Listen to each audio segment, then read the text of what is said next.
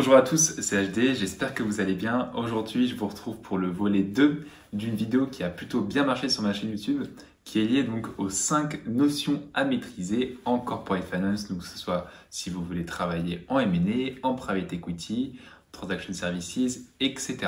Donc, l'objectif de cette vidéo, ça va être de vous présenter donc 5 termes que je vais définir dans des mots qui sont quand même assez simples afin que vous les compreniez donc de la meilleure des manières.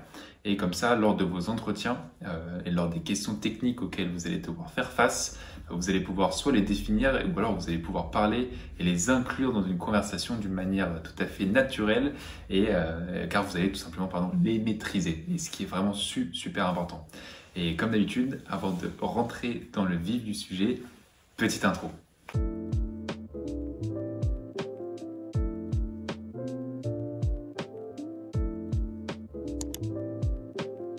Les 5 termes, les 5 notions que je vais définir dans cette vidéo sont liées à un stade du processus, par exemple de la vente d'une société qui est assez avancé. C'est vrai que dans la précédente vidéo qui s'affiche quelque part par là, je crois, je parlais de documents marketing qui peuvent permettre d'obtenir un mandat, mais là c'est vraiment c'est plutôt après l'obtention d'un mandat où toutes les choses que je vais vous énoncer, sauf une notion par laquelle je vais commencer, qui sont donc liées à une phase qui est plutôt avancée du processus du vente de la société.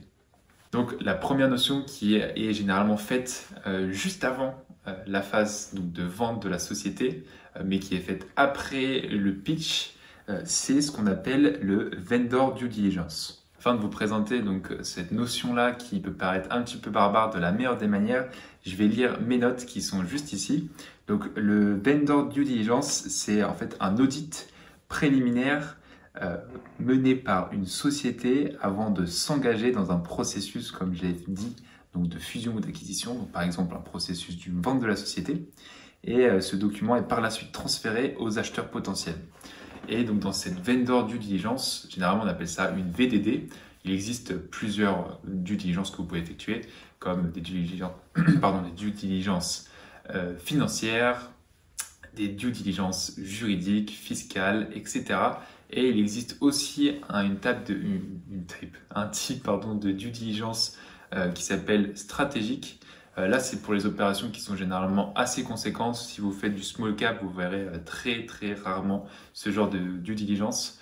En fait, c'est des l'audit, comme les deux précédents due diligence que j'ai énoncés, qui est effectué donc par un cabinet de conseil en stratégie sur généralement les tendances du marché et en quoi la société qui va être vendue s'inscrit dans ces tendances de marché, de vendre un petit peu sa croissance et toutes, on va dire, les potentiels build-up qu'elle peut effectuer, etc. Donc ça, c'est vraiment, on va dire, quand vous avez une opération qui est assez conséquente, que vous effectuez ce genre de due diligence.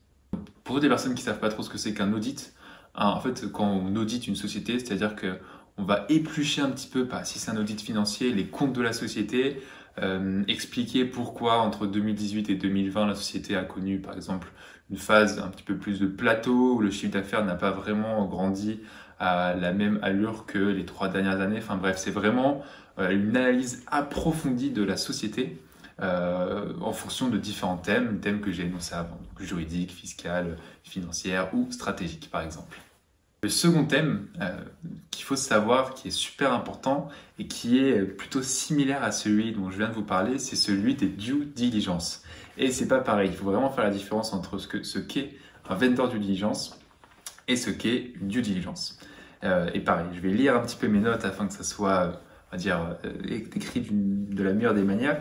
Donc une due diligence, en fait, c'est toujours un audit approfondi, mais là de l'autre côté, c'est-à-dire du côté de l'investisseur potentiel sur des sujets qui sont, comme je l'ai énoncé, par exemple financier, fiscal, social, environnemental et par exemple commercial. Et la phase de due diligence sert donc à confirmer tous les éléments importants relatifs à une opération.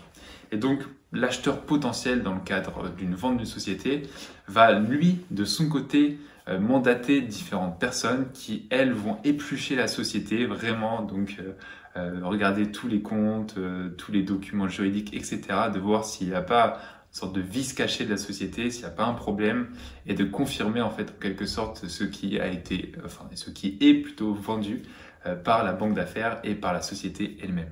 Et le troisième terme que je vais vous énoncer aujourd'hui, plutôt la troisième notion que je vais définir, est en quelque sorte liée avec les deux précédentes, c'est ce qu'est une data room. Pareil, je vais lire mes notes. Data room virtuelle regroupe l'ensemble des documents de due diligence qui sont pertinents pour la vente d'une entreprise. Et donc ces documents sont demandés par un acheteur avant la clôture d'une transaction, le plus souvent sous format électronique.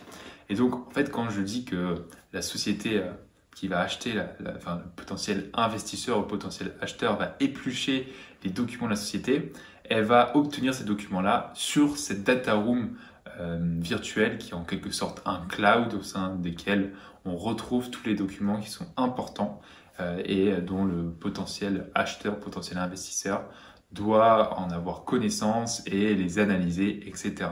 Maintenant, passons au quatrième thème, quatrième notion, qui est la phase de Q&A, donc Question and Answers. C'est vrai que vous avez sûrement dû voir ce terme-là dans plusieurs vidéos YouTube.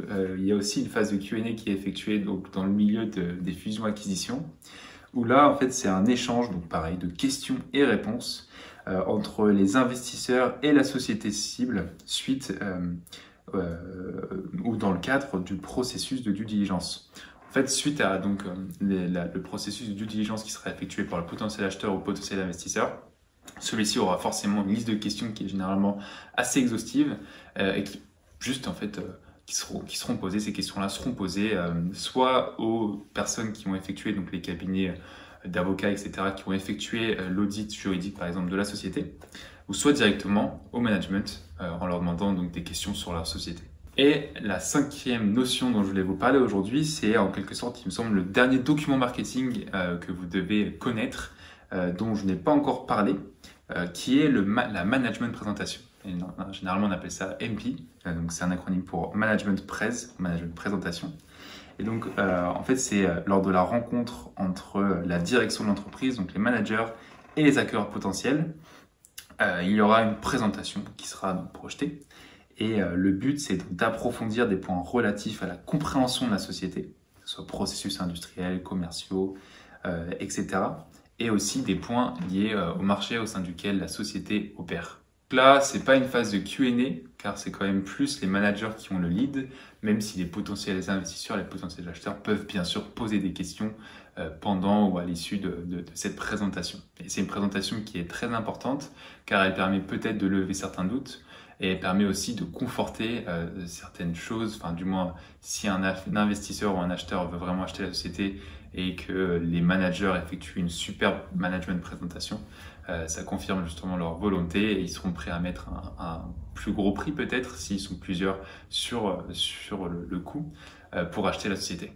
Voilà, c'était le second volet de cette petite série qui vous permet d'apprendre un petit peu plus sur le milieu de la banque d'affaires, sur le milieu de la banque d'investissement, à travers 5 notions qui sont décrites. J'espère que, comme d'habitude, vous avez pu apprendre quelque chose, enfin certaines choses, grâce à ma vidéo. Comme d'habitude, je l'ai essayé de la faire d'une manière assez simple. Désolé d'avoir lu mes notes, mais comme ça, je permets de vraiment pas trop bégayer et de vous dire des choses qui sont 100% vraies. Si la vidéo vous a plu, n'hésitez pas à la partager, à la liker et surtout à vous abonner à ma chaîne YouTube, ça me ferait vraiment super plaisir.